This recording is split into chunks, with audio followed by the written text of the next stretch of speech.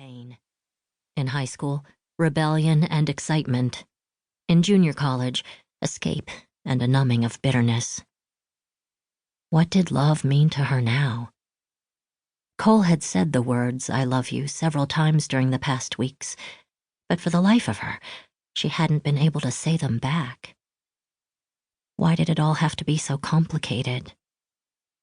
She wanted to move forward in her relationship with Cole, but her childhood loomed between them like the two-way mirror Sheriff McCoy had recently installed in one of their interrogation rooms at the station. She could see Cole clearly, but she and her baggage remained hidden from him.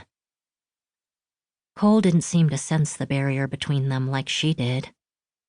She needed to confess to him how Harold Cobb, a man she no longer considered her father, had abused her when she was only 6 years old, and she needed to do it tonight. She hoped it wouldn't change things between them. Cole returned, taking her hand to lead her to the dance floor. She hesitated. "Do you have an emergency?" "No. A client called to report. Everything sounds good." Although part of her wished they had to leave, she followed him until he turned toward her to dance. She suppressed a shiver of pleasure as she moved into his arms. Cole was a good dancer, and she swayed with him, his dark eyes holding her until he flattened her palm against his chest, covered her hand with his, and drew her closer. She rested her cheek against him, letting the music take over. Even though they'd been building a relationship for months, tonight was their first official date in public, and he didn't seem to mind showing the world that they were a couple. Timber Creek would be abuzz with the news next week, because nothing escaped the small-town party line. "Quit thinking so much," she told herself. "Just feel." The band played their version of Hello, a classic love song originally recorded by Lionel Richie. She concentrated on Cole's solid chest beneath her fingertips, the music's slow rhythm, his hand on her back, until the song's lyric lured her into thinking again. The lead singer was begging his sweetheart to tell him how to win her love. Was she herself too damaged to return Cole's love in a way he deserved? Would he grow tired of dealing with her issues? The walls moved closer. Dancers pressed against her.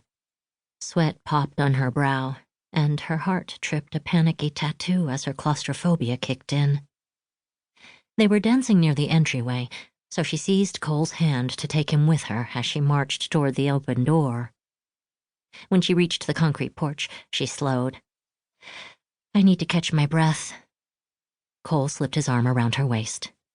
"It's stuffy in there." She went down the few steps off the porch and skirted around the edge of the building, slipping between the cars in the parking lot. "I get a little claustrophobic sometimes." "Yeah, I know what you mean." Cole didn't know the extent of how bad it could be. She led him through the cars to the grassy park behind the building, choosing a towering cottonwood to lean against. The rough ridges from the old tree's bark grounded her as they pressed against her shoulders.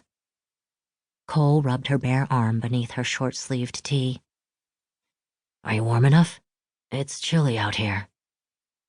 "It feels good. It was too warm inside." He faced her, moonlight filtering through the tree's canopy to cast shadows on the planes of his face. No doubt this man was handsome, with his dark chocolate eyes, close-cut brown hair, and easy smile. Last summer, they'd met through police business, and she'd thought he was married instead of recently divorced. Neither of them had sought a relationship, but they'd been drawn to each other from the start. He turned to lean against the tree beside her, his arm brushing hers lightly. She grasped at something to say, and thought of his daughters, who were out of town visiting their mom. "When will the girls come home?" "They'll be with Olivia until the middle of next week. After that, they'll stay with Jessie a couple days. She'll bring them home a week from today, and then stay to visit Mom and Dad." Jessie was Cole's sister who lived in Denver. Generally, Mattie felt drawn to dogs more than people, but Jessie seemed direct.